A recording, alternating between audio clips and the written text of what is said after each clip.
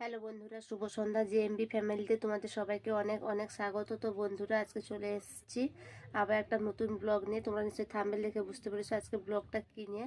তো আজকে ব্লগটা আমি এখান থেকেই শুরু করেছি। একটা অনুরোধ, তোমরা স্কিপ না করে পুরো ভিডিওটা অবশ্যই দেখো, তোমাদের ভালো লাগবে।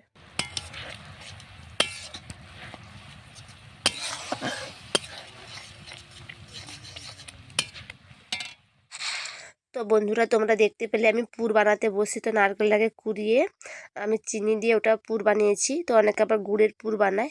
তো আমাদের বাড়িতে আমার শাশুড়ি মা গুড় খায় না বলে আমি চিনি দিয়েই পুর বানালাম। এই যে পুরটা বানালাম, এর মধ্যে আমি একটু গোটা এলাচ গুঁড়ো করে আর আদা থেতো করে দেই, একটু টেস্ট হওয়ার জন্য, এবং টেস্টিও লাগে এটা খেতে। তো বন্ধুরা, আমি তোমাদের কাছে ক্ষমা চেয়ে নিচ্ছি, কারণ এই ভিডিওটা আমার অনেক আগে পৌষ সংক্রান্তির সময় করা হয়েছিল। তো এটা আমি তোমাদের সঙ্গে শেয়ার করিনি, কোনো কারণে ওইটা আমি ভুলে গেছি, ফোনের মধ্যে থেকে গেছে। তাই হঠাৎ চোখে পড়তে আমি তোমাদের সঙ্গে আজকে আমি শেয়ার করছি ভিডিওটা।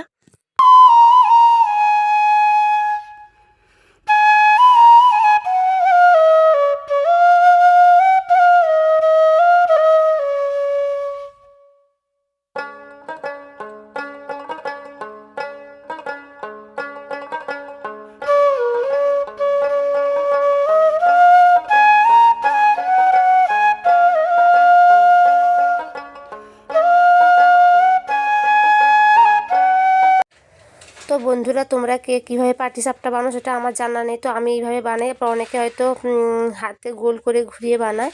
তো আমি ওইরকমভাবে পারি না। তোমরাই দেখতে পাচ্ছ আমি কড়ার হাতল ধরে গোল করে ঘুরিয়ে বানাচ্ছি। তো আমি ওইরকমভাবে বানাতে অভ্যস্ত। তো বন্ধুরা, তোমরা দেখতে পাচ্ছ থালাতে কয়েকটা পাটিসাপটা আমি পুড়িয়ে ফেলেছি। প্রথম কয়েকটা আমি বানাতেই পারিনি, তারপর আস্তে আস্তে বানাতে পারছি।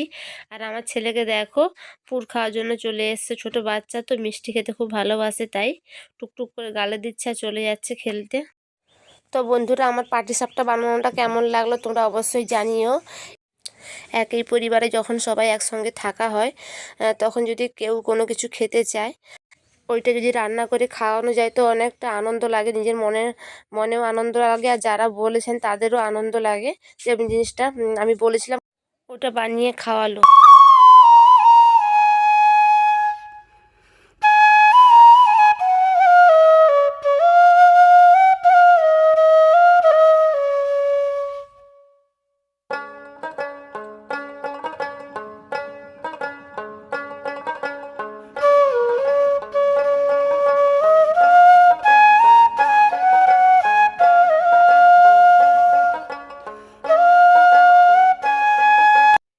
তো বন্ধুরা, এখন বাজে রাত 10:30। তো আমি আজকে ব্লগটা এখানেই শেষ করলাম। তো খাওয়া দাওয়া হয়ে গেছে, তো এবার ঘুমোতে যাব।